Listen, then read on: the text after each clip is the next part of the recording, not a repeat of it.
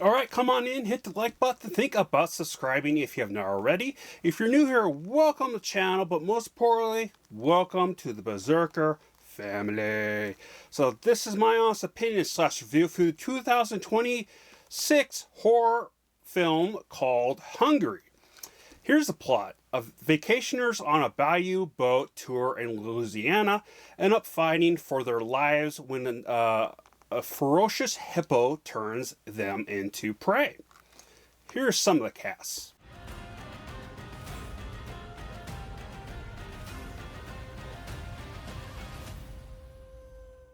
Now, honestly, I personally wasn't necessarily able to fully get into the story and the feel of the first half of the film, which was a good 40-some minutes and an hour and 30-some minute film, but it starts to finally change pace and picks up for me later on. But here are my reasons why I wasn't able to get into it at first. Mainly, the big one I'll point out, but here is some of them. The dull brown-yellow coloring grading in the daytime made it look cheap. Now, I kind of realized after watching it that could just be how my TV is set up. So that's a 50-50 if that's on them or if it's on me. But either way, it did look cheap. The night scenes look so much more crisp and clean to me. Definitely way better looking.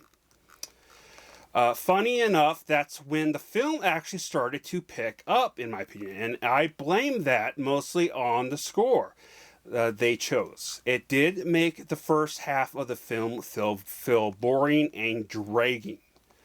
And that is the specific thing that had a huge impact on the whole beginning of the film, if anything. Now, there was definitely a lot of very great camera movements, even very creative ones. That was definitely the biggest highlight of the film. Now, for the hippo part, from my understanding, hippos are very slow in water compared to on land. And I could also be thinking of crocodiles, but I'm pretty sure something that weighs that much with its stumpy legs is going to be, and I think I heard of it, that is going to be that slow in water. So even though it felt like it was taking a while for it to take out its human prey, it makes sense writing-wise. And even though we know what a hippo looks like, the build-up to it being shown was perfect. Made it more impactful in the end. Here's my rating, and I'll give you my final thoughts.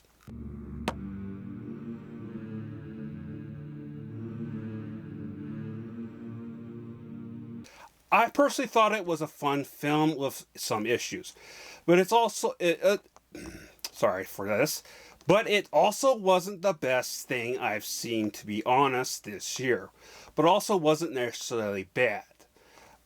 So I don't know if I'd recommend it or not, but it's up to you on this one.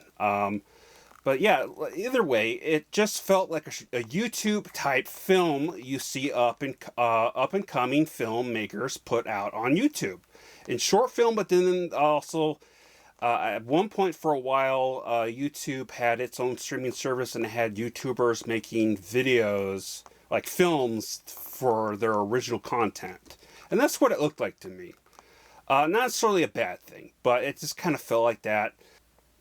It's better than a B film, like your typical low-budget sci-fi B films, but it's lower than your project upper semi-small budget films, if you know what I mean. You know, and then you got your your Hollywood and Bollywood and all that stuff. But leave your thoughts down below. I've gone long enough. Remember, I love you all. Please stay safe. Spread the love, most importantly. Skull.